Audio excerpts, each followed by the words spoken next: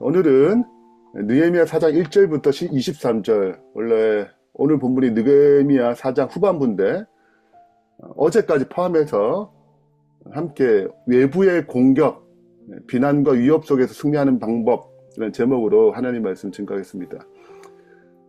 우리가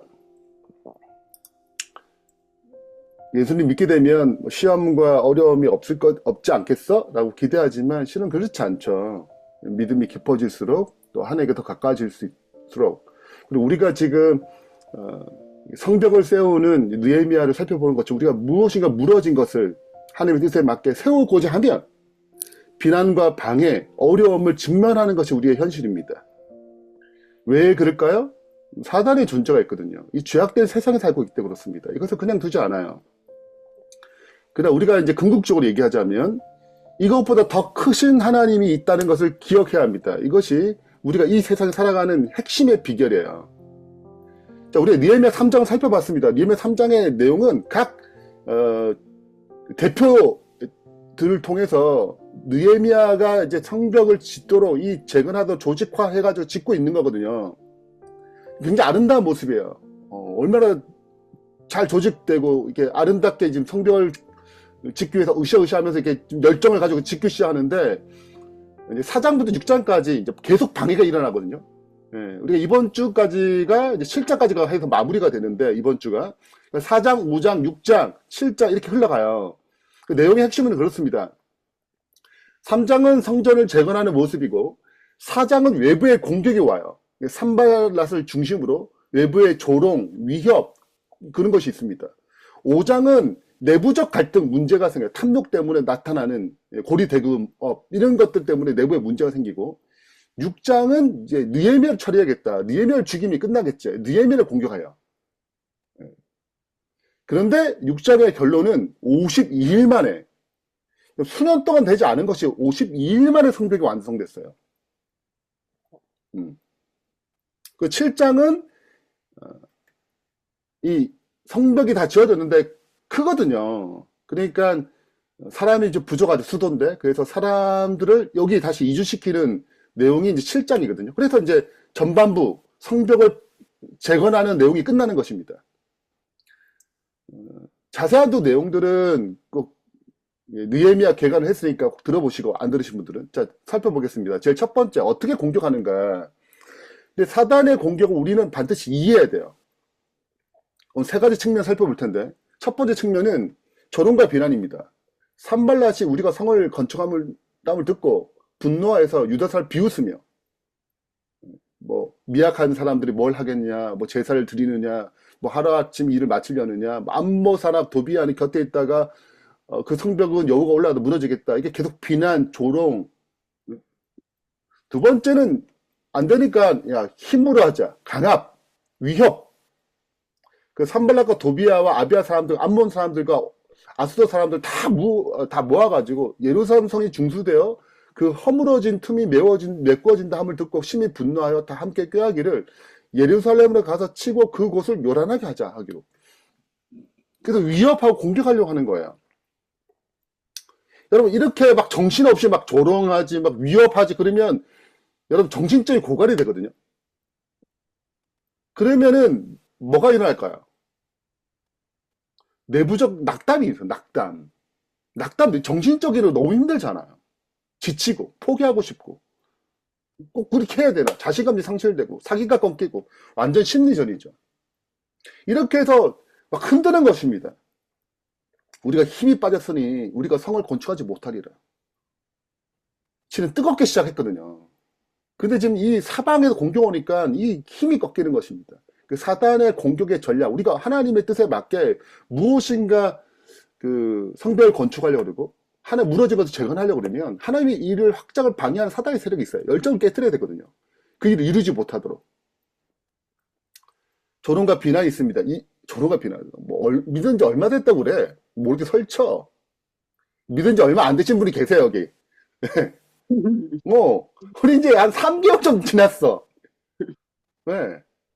그래서 계속 믿음을 건드릴 만한 내 노력과 어떤 헌신하고자 하는, 좀 섬기고자 하는, 뜻을 따르고자 하는 마음을 흔들고자 하는 공격들이 있어요. 주변에 있는 조롱과 비난이 있단 말이죠.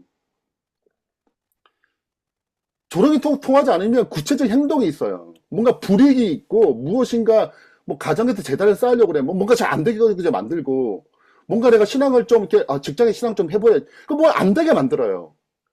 불이익을 당하거나 뭔가 잘 안 되게 어렵게 하는 것입니다. 방해를 해요. 그러면 우리 마음이 낙담이 되잖아요. 못하겠다. 이렇게 해야 되나. 뭐, 이렇게까지. 마음에 힘들어지는 것입니다. 어려우니까. 그래서 우리는 꼭 기억해야 돼요. 내가 지금 하나님 일을 좀 하려니까, 재건의 역사를 좀 펼치려니까, 하나님 뜻을 따로 좀 살려고 하니까, 단순히 뭐 인간적인 갈등이나 어려움이 아니고, 사탄의 공격이고, 이 영적 세계구나, 영적 전쟁이구나. 이걸 꼭 인식해야 돼요. 두 번째는, 그럼 어떻게 승리할 것인가? 가장 중요한 무기, 기도하는 거예요. 자, 기도의 내용에 보면 당황스러울 수 있어요. 이렇게까지 기도해야 되는 거야? 이런 느낌이 있어요. 네, 스데반의 기도만 아시는 분들은 이런 기도를 당할 때 좀 당혹스럽습니다. 우리 하나님이요, 들으시옵소서. 우리가 업신여김을 당하나이다. 원하건대 그들이 욕하는 것을 자기들의 머리에 돌리사 노략거리가 되어 이방에 사로잡히게 하시고 주 앞에서 그들의 악을 덮어두지 마시며 그들의 죄악을 도말하지 마소서. 그들이 건축한 자 앞에서 주를 노하게 하였습니다. 우리 스데반의 기도는 굉장히 아름답게 느껴지는, 그렇게 원수를 사랑해야지. 응? 저들 알지 못하니 저들 용서해달라고. 예수님도 그렇게 기도하잖아요. 그러니까 사랑을 베푸는, 용서를 베푸는, 긍휼을 구하는 기도가 있어요. 대적 앞에서. 그러나 동시에 공의를 구하는 기도가 있어요. 여러분, 이 두 가지를 놓치면 안 돼요. 여러분, 십자가는 사랑을 드러내지만 동시에 공의가 실현되는 곳입니다. 죄를 처리하는 곳이잖아요. 그러니까 사랑과 공의가 함께 가는 거거든요. 그래서 그들을 구원받기를 바라죠. 동시에 불의가 끝나도록 공의를 구하는 기도가 필요해요. 그럼 이렇게 갈등하죠. 언제 내가 긍휼을 구하고, 언제 공의를 구하고, 그 사랑을 구하는 기도와 공의를 구하는 기도가 좀 다른 측면이 있기 때문에 우리가 어떻게 해야 되는가. 그래서 중요한 것은 성령의 지도하심이 필요해요. 우리는 그들을 사랑해야 되지만 그들의 죄악에 대해서 죄가 그 불의함이 끝나는 공의를 구해야 되거든요. 네. 그래서 이런 기도에 있어서 우리는 하나님의 인도하심이 굉장히 필요하다. 두 번째는 지속적인 기도해야 돼요. 우리 하나님께 계속 방비하면서 계속 기도한 거예요. 그래서 여러분, 기도는 정리하자면 영적 세계, 영적 전쟁 한복판에서 우리의 힘의 근원이 하나님께 인정하는 것을 고백하는 행위고, 위기는 우리의 기도를 심화시키고 하나님 관계를 더 친밀하게 만드는 기회가 돼요. 제가 어릴 때 저희 형이랑 저랑 5살 차이거든요. 싸울 때가 있어요, 없어요? 있죠. 제가 이겨요, 저요. 제가 하는 방법에서 뭔가 좀 안 될 것 같다 그러면 엄마, 엄마, 모든 게 끝납니다. 여러분, 모든 게 끝나요. 여러분 기억하세요. 우리 아버지가 계세요. 그 아버지 이름을 부르는 것이 특권인 것입니다. 성도의 특권이에요. 그분이 도우세요. 그래서 이 위기가 실은 하나님과 더 깊이 가게 만들고 승리하게 만드는 원천입니다. 자, 우리 두 번째 무기를 볼 텐데, 두 번째 무기는 파수꾼의 자세예요. 기도하고 끝나는 게 아니에요. 기도하고 알아서 다 하겠지. 그게 아니에요. 우리가 기도하면서 우리가 해야 할 자세가 있는 것입니다. 네 가지 살펴볼 텐데, 첫 번째는 적극적인 경계예요. 파수꾼을 뒀어요. 주여를 방비하게 만들었어요.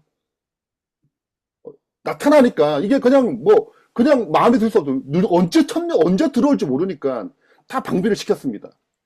그리고 혼자 안 돼. 이게 어떻게 혼자 하겠어요? 다 조직적으로 대응을 했습니다. 공동체를 만들었어요. 우리가 지금 공동체를 만드는 거잖아요. 공동체를 만들었어. 칼과 활을 창문 가지고 한 손은 일하고 한 손은 병기를 잡았어요. 그리고 마음이 지치니까 격려하고 각성하고 두려워하지 말라. 지극히 크신 하나님께서 우리를 도우신다. 그리고 뭐 나팔을 불면 거기에 딱 모이도록, 나팔 불면 거기에 딱 모이도록 다 이렇게 조직화 시켰어요. 어느 정도 옷을 벗지 않았어요. 얼마나 이 상황이 긴급한지 알죠? 예, 물을 길러갈 때도 변기를 잡고. 여러분, 힘들죠? 이게 상황이 오니까 나를 비난하는 수많은 공격이 있어요. 그 비난을 막고 내가 일을 또 잘해야 되잖아. 여러 가지 상황들을 내가 각성하게 만드는 거죠. 아, 이게 거기에 주눅든 게 아니라 내가 더 잘해야겠다. 일을 더 잘하겠다. 더 잘 준비하겠다. 빈틈을 두지 않아야겠다. 이 체계를 갖추는 거죠. 더 강력하게. 그래서 52일 만에 마쳤어요. 아니었으면 몇 년 갈 수 있는 거예요. 근데 상황이 급박하니까 이게 쉬지 못하는 거예요. 그리고 하나님이 뭐 하셨다고? 하나님의 그들의 꾀를 잘못 썼네요. 저는 그들의 꾀를 피하셨어요. 하나님이 도우셨어요. 그리고 52일 만에 그렇게 안 되었던 것이 52일 만에 성벽이 완공됩니다. 그래서 위기가 실은 더 큰 은혜를 경험해요. 그래서 위기를 잘 이겨내야 되는 것입니다. 기도하고 내가 잘 준비해야 돼요. 하나님이 보호하시고 역사하시는 것입니다. 우리의 기도와 우리의 그 믿음 행동이 원수의 계획을 무산시켜요. 좌절시켜요. 근데 이런 나의 어떤 그 태도들이 빠르게 나를 성장시키게 만듭니다. 위기가 나를 또 집중력을 높여요. 네, 이 찬미는 마치겠는데, 우리 찬미가 467장에 고요한 바다라는 찬미가 있어요. 제목이 고요한 바다예요. 1절에 보면 고요한 바다로 저 천국 향할 때 주 내게 순풍 주시니 참 감사합니다. 우리가 순풍을 만날 때가 있어요. 얼마나 감사해요. 그런데 2절에 보면 그렇지 않아요. 큰 물결이 일어나요. 풍랑이 일어나요. 쉬지 못해. 그러나 그 거센 풍랑 가닥에 더 빨리 갑니다. 우리 삶 가운데 그런 큰 풍랑을 만날 때가 있어요. 순풍을 만날 때 큰 풍랑을 만날 때가 있어요. 근데 그 풍랑이 뭐하게 만든다고요? 더 빨리 가게 만든다. 더 크게 성장해 만든다. 더 빨리 성취하게 만든다. 이 사실을 기억하시길 바랍니다. 정리하겠습니다. 첫 번째, 우리가 기억해야 돼. 인식해야 돼요. 아, 저런가 공격이 있고, 사탄 영적 세계구나, 이게. 인간의 행동이 아니구나. 영적 세계의 역사가 있구나. 우리가 그래서 가장 첫 번째 할 행동은 기도해야 돼요. 적의 공격이 강할수록 하나님을 더 깊이 간절히 구해야 됩니다. 그리고 기도로 끝나는 게 아니고 우리가 파수해야 돼요. 파수의 자세를 가져야 합니다. 현실적 위협에 적극적으로 대처해야 돼요. 우리가 혼자 힘들죠. 이 공동체거든요. 함께 이 문제를 우리 함께 기도하고 함께 나아가자. 함께 기도하고 이 문제를 갖고 싸우는 공동체가 있어야 돼요. 그래 우리 이깁니다.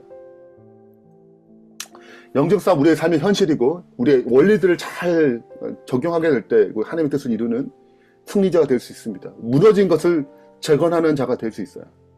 승리 우리의 힘이 아니고 주님께 달려있기 때문에 우리 이러한 마음 자세를 가지고 영적 정쟁에서 승리하는 주의 백성 되길 바라면서 말씀 마치겠습니다.